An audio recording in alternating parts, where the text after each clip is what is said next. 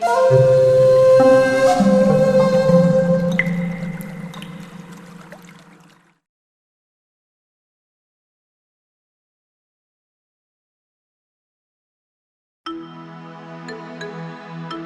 fonds sableux, d'apparence désertique, sont généralement jugés très pauvres. Ces vastes étendues de sable où la moindre variation attire instantanément le regard semblent peu propices au camouflage.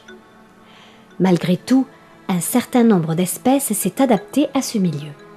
Ce sont précisément ces adaptations, parfois spectaculaires, qui permettent aux vrais habitants des fonds sableux de passer inaperçus aux yeux de l'observateur non averti.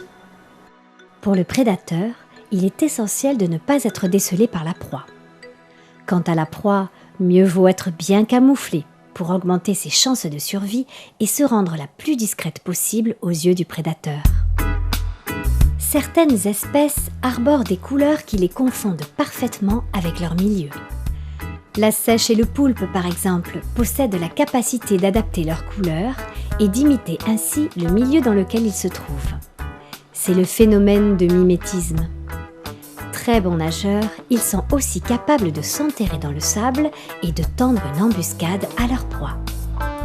Cette seiche est à peine visible, même lorsqu'elle nage sur des fonds sableux. D'autres espèces s'enfoncent tout simplement dans le sable pour se rendre invisibles à leur proie ou à leurs prédateurs. L'étoile de mer peigne, par exemple, vit enfouie dans le sable durant la journée. À la tombée de la nuit, elle émerge de sa cachette et part chasser pour se nourrir. Elle se déplace à l'aide de ses puissants bras, chacun constitué de centaines de petits pieds munis de ventouses. Le rason est capable de s'enfouir rapidement dans le sable et même de se déplacer sous le sable sur plusieurs mètres afin de fuir ses prédateurs. Ce cérianthe déploie ses tentacules pour se nourrir et piéger les particules en suspension. Son corps, protégé dans un tube souple, est enfoui dans le sable. À la moindre alerte, il se retirera dans son tube. Les poissons prédateurs qui peuplent les fonds sableux se sont adaptés chacun à leur manière. Le goby, par exemple, est très commun, mais pas toujours évident à repérer. Le rouget de roche est caractéristique avec ses barbillons sous le menton, qui sont à la fois tactiles et gustatifs. Il s'en sert pour creuser le sable à la recherche des petits vers et crustacés. Le rombou, quant à lui, est un petit poisson plat. Il adopte non seulement la couleur du milieu, mais aussi le relief des fonds. La larve du rombou est d'abord pélagique et parfaitement symétrique. Puis, lentement, au cours de sa croissance, il devient un poisson plat benthique et son œil droit migre vers le côté gauche. Champion de l'invisible, ce poisson est totalement asymétrique. Son camouflage est parfaitement adapté au fond qu'il habite. On rencontre souvent la vive sur les fonds sableux.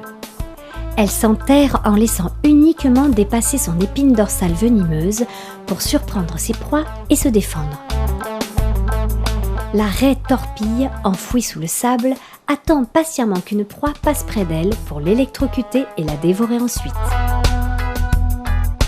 Ces fonds sableux peuvent aussi être riches en matière organique en décomposition.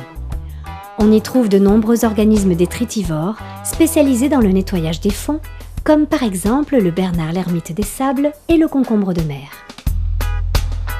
Parfois, il est possible d'observer des rides allongées, parallèles et régulièrement espacées, dessinées sur les fonds sableux. Ces rides sont des marques d'ondulation, ou ripple marks en anglais. Elles sont créées dans les sédiments sableux meubles par les mouvements de la houle ou les courants sous-marins.